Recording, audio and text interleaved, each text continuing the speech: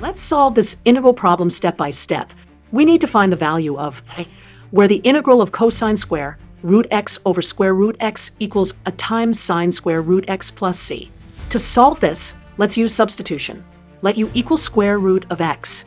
This means that x equals u squared, and dx equals 2u do. Now, let's rewrite our integral using this substitution.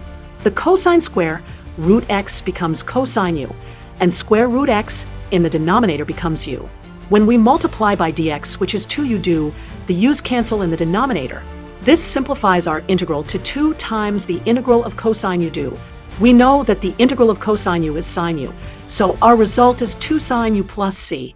Finally, let's substitute back u equals square root x. This gives us 2 sine square root x plus c. Comparing this with our original equation, where we had a sine square root x plus c, we can see that a must equal 2. Therefore, we have shown that it equals 2. Let's review the key steps.